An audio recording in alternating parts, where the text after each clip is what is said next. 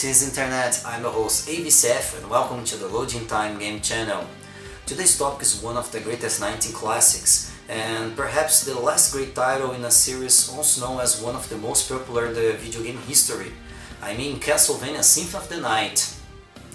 How this game fares today? It has aged well? Well, let's see it. As spokesperson for SAPS, the Society Against PlayStation.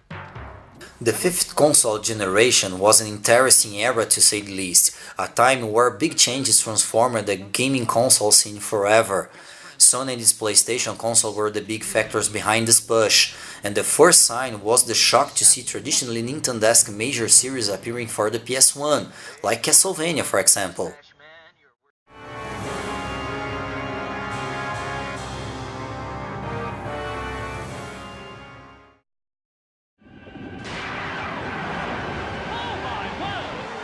Just before I talk about the game itself, I just wanna point out about a quick detail over the context of the time. One of the biggest technological trends of 1997 were the 3D polygonal graphics, no matter if they were real-time, pre-rendered or even by pre-recorded cutscenes. Everything had to be in 3D, otherwise a game would be seen as outdated from the start. So it was a surprise to see one of the Konami's biggest series be launched as a 2D game, contradicting the norm of those days.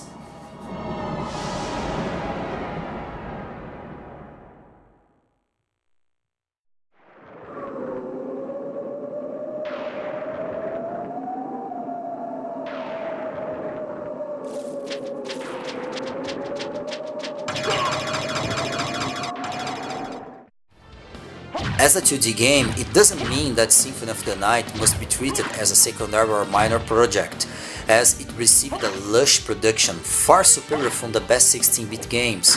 The first evidence was its sound design, beginning from its excellent Red Book soundtrack, filled with great tracks. The Tragic Prince is my favorite by far.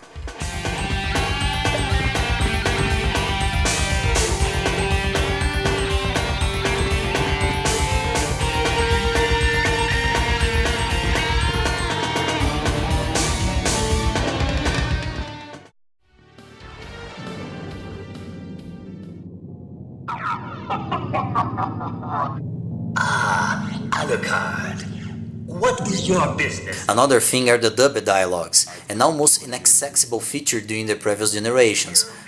Oh, and before you start to ask, it's sure that I will show one of the best it's so bad it's good moments of the video game's history. Tribute? You steal men's souls and make them your slaves. Perhaps the same could be said of all religions. Your words are as empty as your soul.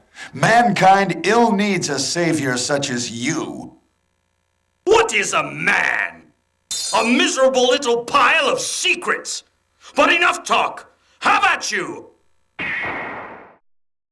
Boy, oh boy, what a botched classic. I know I can sound a bit silly, but trust me when I say that you can recognize a true classic even during its worst moments. Talking serious now, one of the reasons why Symphony of the Night is still acclaimed today is much due to its, as the people say, Metroidvania game design.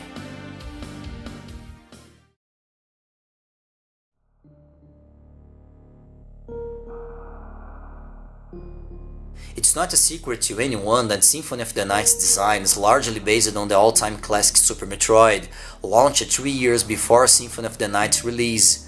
In other words, the game is structured around a large map that must be explored by the player and open up as he collects power-ups that open once unreachable areas.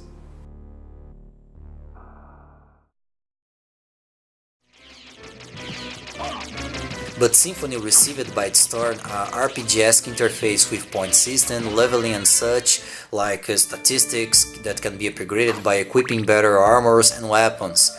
This system can push the player to beat more enemies and explore more the game, but also can lead to a grinding that can break the game, making it too easy if a too much leveled player faces certain battles.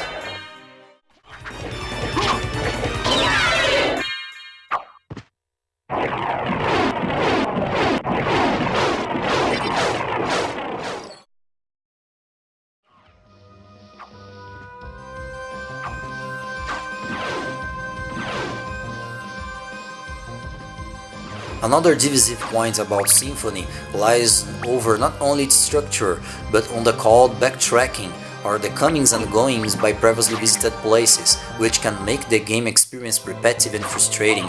Not everyone has the patience to explore that big castle, and that "where the heck do I go" sensation still pushes lots of players back from Symphony of the Night. Also, there are still people that prefers the old linear action-focused design of the old 8 and 16-bit classics.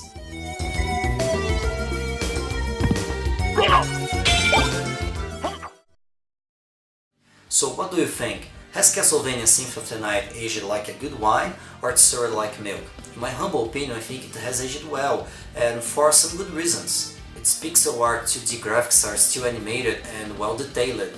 Its gothic-styled soundtrack remains amazing. The game also runs very well, 60 frames per second, with responsive controls, and its general design is working pretty well. It's true though that its RPG system and menu browsing are archaic by today's standards, but they do their job quite well. Another detail that can help the youngsters out there to get interested by this game is that its difficulty is eased by its generous save point distribution, with 22 in total, and has warp zones too. Also, Symphony of the Night was the blueprint for the subsequent GBA and DS outings, so if you have played any of those, you will feel at home with the PlayStation original. So that's all for today. Thanks for the audience, until the next time, and goodbye.